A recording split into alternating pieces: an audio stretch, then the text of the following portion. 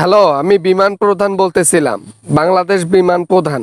হ্যাঁ, আপনি কে বলছেন? আমি জনগণ বলতেছিলাম, জনগণ। জনগণ বুঝেন না স্যার, জনগণ।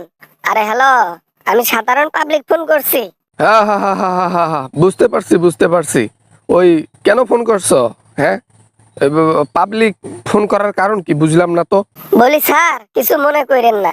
ওই ভাঙ্গারি প্লেন মেলেন, ওই বিমান, যুদ্ধ বিমান, ওই ওই দিয়ে বাংলাদেশ চলবো না, বুঝছেন? আপডেট কালেকশন নামাইতে হইব, না হলে জীবন ধ্বংস। আরে আধুনিক যুগে এসেও তো আমরা পুরাতন জিনিস চালাচ্ছি, যাতে আমাদেরকে কেউ হ্যাক না করতে পারে। হ্যাঁ, তো আমরা চেঞ্জ করব, আধুনিকের যুগের সাথে তাল মিলিয়ে চলবো সামনে। আমগো দেশের স্যার যে যুদ্ধ বিমান দেখতেছি, তাতে আল্লাহ না করুক দেশের পরিস্থিতি খারাপ হইলে ওই যুদ্ধ বিমান উড়ার আগে মাটিতেই শেষ হয়ে যাবে, বুঝছেন স্যার? কি করব, হাসিনা কিনে দিয়ে গেছে।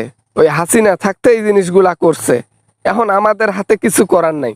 আমরা তো দেশের কর্মী মাত্র, দেশের জনগণের পাশে আছি, এই ছাড়া আর কিছু নাই। আচ্ছা স্যার, এমনটা করলে কেমন হইতো যে আপনারা কমপ্লেন করতেছেন যে এই বিমানগুলো আমাদের আর চলবে না?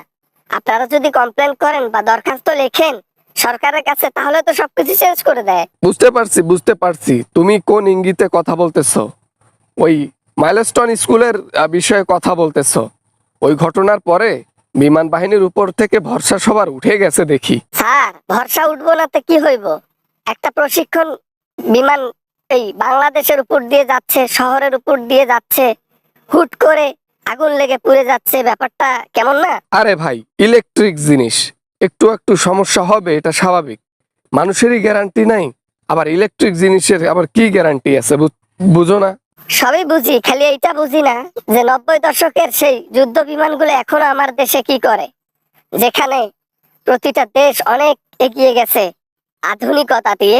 আমাদেরকে সরকার যা দেয় ওইটাই ব্যবহার করে আমরা চলি। এখানে আমাদের পার্সোনালি কোনো হাত নেই।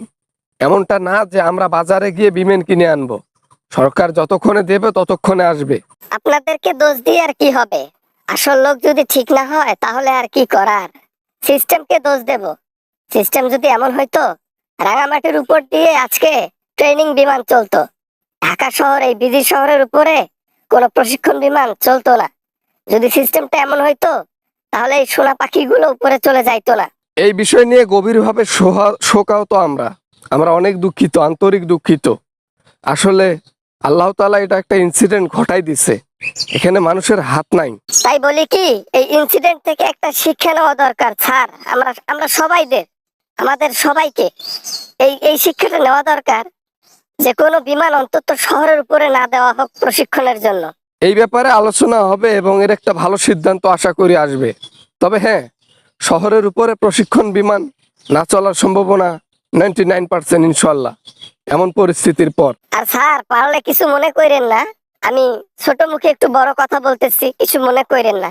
হ্যাঁ, পারলে ওই আগের কালি বিমেন এগুলা ট্রান্সফার কইরা নিউ কালেকশন লাগান, বুঝছেন? জি জি জি জি, সমস্যা নাই। এটার উপরও কাজ হবে ইনশাল্লাহ। সবকিছু আপডেট হবে, একটু সময় তো লাগবেই। ইনসিডেন্ট একটা ঘটে গেছে, এখন এটার কারণে সবকিছু তো একবারে হরিহাট করা যায় না না। প্রশিক্ষণের জন্য আজকে যদি ওই 90 দশকের আগের ওই বিমানটা যদি না উঠতো তাহলে এতগুলো প্রাণ যাইতো না। সবকিছু বিমানকেই দোষ দেব। ওই আগের কালে টেকনোলজি সরাই আপডেট কালেকশন লাগাইতে হইব।